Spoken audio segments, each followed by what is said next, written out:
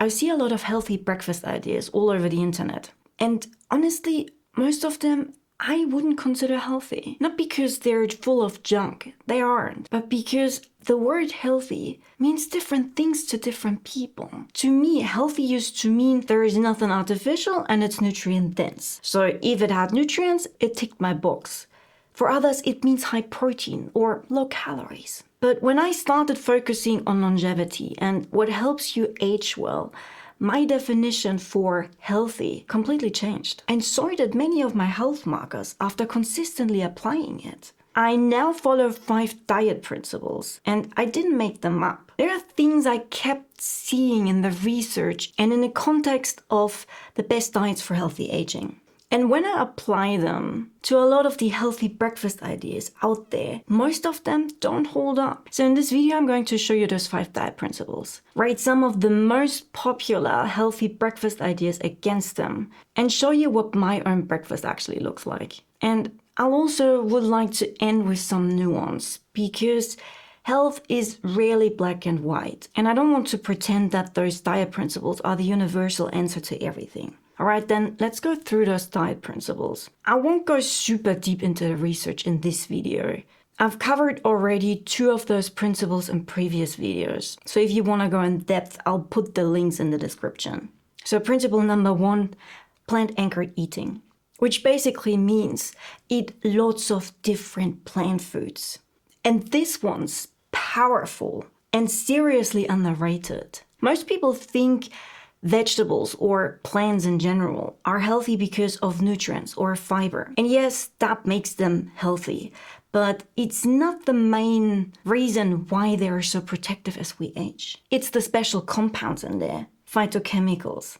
So when we eat those plants with those chemicals in there, they switch on the body's own defense systems. And over time, that makes your body better at dealing with age-related damage. And the reason you should eat lots of different plants is simply because different plants contain different types of phytochemicals, and they're all studied for different health benefits. And to get all those potential benefits, you need to eat a variety of different plant foods. A good target to aim for is about 30 different plant foods a week. So that's principle number 1.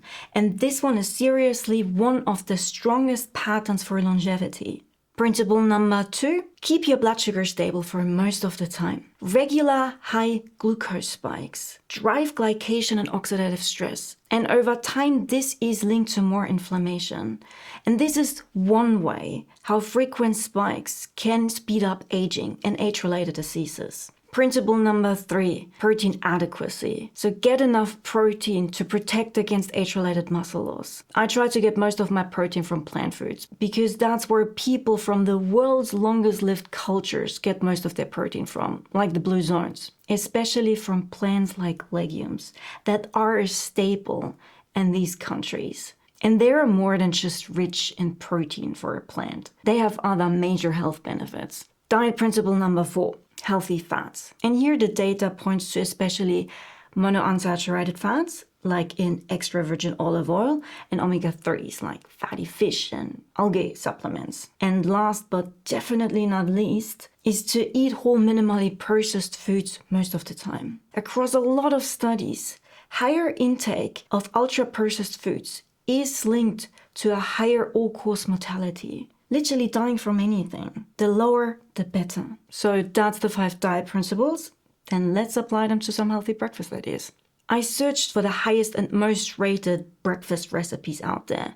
And I found that especially things like breakfast breads and breakfast muffins and egg recipes like omelets and oatmeal or porridge, healthy pancakes recipes and smoothies are one of the most popular ones. So I tried to find a good representation of each. And then I just screenshotted them and put them into a slide for a better presentation. Then let's go through them.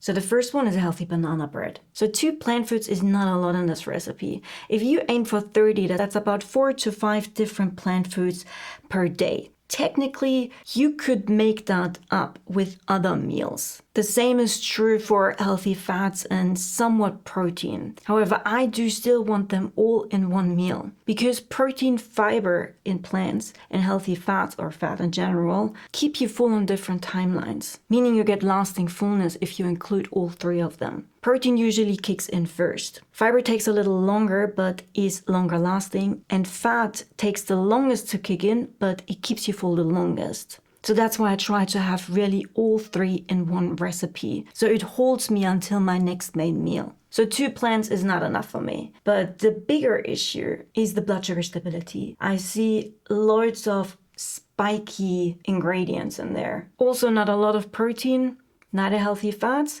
but it's minimally processed. So 1 out of 5.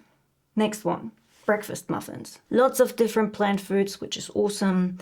But same as the banana bread, lots of spiky ingredients in there. Not a lot of protein, nor healthy fats, but minimally processed. So 2 out of 5. Another good reason to try and keep your blood sugar stable for most of the time is to avoid rebound hunger. So when your blood sugar rises quickly, then it is often followed by a crash, and that crash can trigger rebound hunger, and your brain can interpret this as energy shortage and then pushes you to eat again, and mostly high energy foods. So by keeping your blood sugar stable, you're also reducing that one type of craving significantly. Next one is a 2-ingredient banana pancake. It only has 1 plant food, but the bigger issue I see here is with blood sugar stability. When you mash or even blend the banana, it becomes very spiky. And one of the negative reviews mentions exactly that. And also no healthy fats, so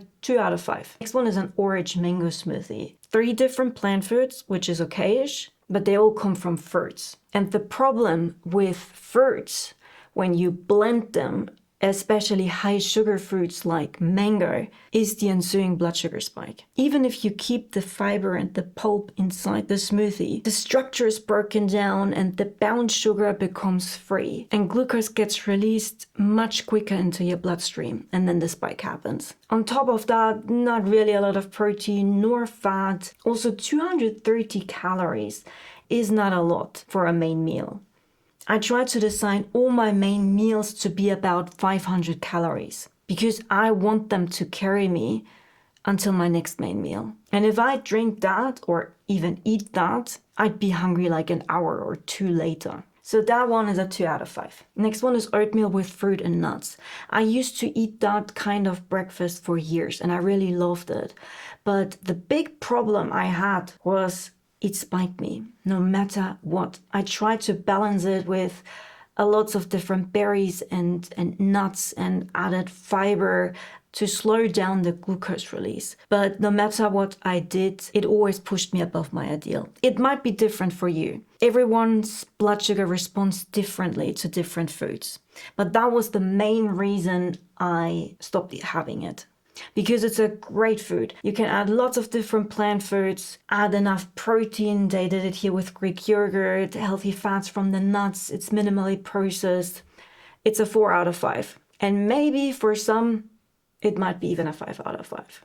Next recipe is a spinach omelet. And this one looks pretty good. The only thing I'd have to say is it just has a little bit of spinach and some chopped dill on top, so not a lot of plant foods to keep me full. Also, it has just only 250 calories, but that's like a me thing. But I could imagine if you add a side of veggies, that would make it a top breakfast. But as it is, 4 out of 5. So the last recipe I want to show you is actually one that ticks every single box. And that's an eggs with smashed avocado and tomato recipe. 4 different plant foods. The spiky part would be those 2 slices of wholemeal bread, which would be okay for me. I tested that with a continuous glucose monitor.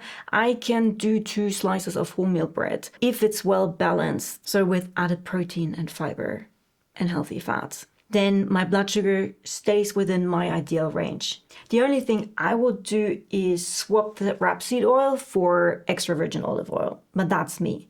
The only thing I'd recommend is making sure that this rapeseed oil or canola oil is cold pressed, because lots of that supermarket rapeseed oil is ultra processed. But if it's cold pressed, you get about 60% monounsaturated fats.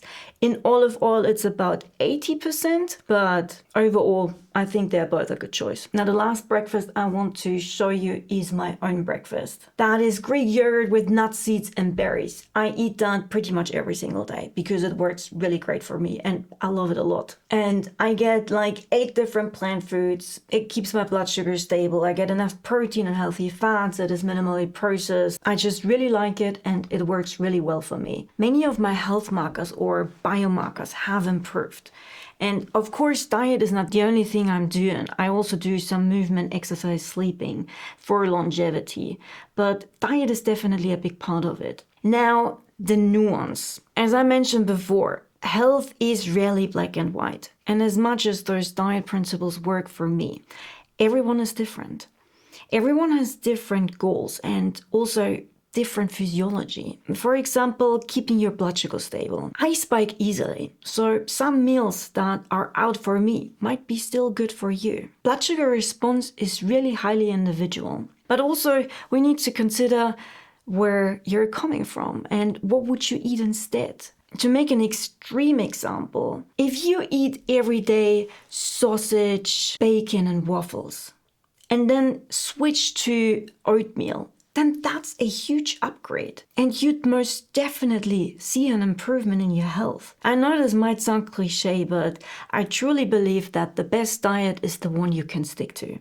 So if oats is the thing you can do right now, then that's awesome. Well, and that's it for this video. And if you could take maybe another 2 minutes and let me know what your favorite breakfast is and why that is. What's it doing for you? Does it keep you full or does it keep you from eating something what you usually would eat if you don't eat that breakfast? Or is it just tasty?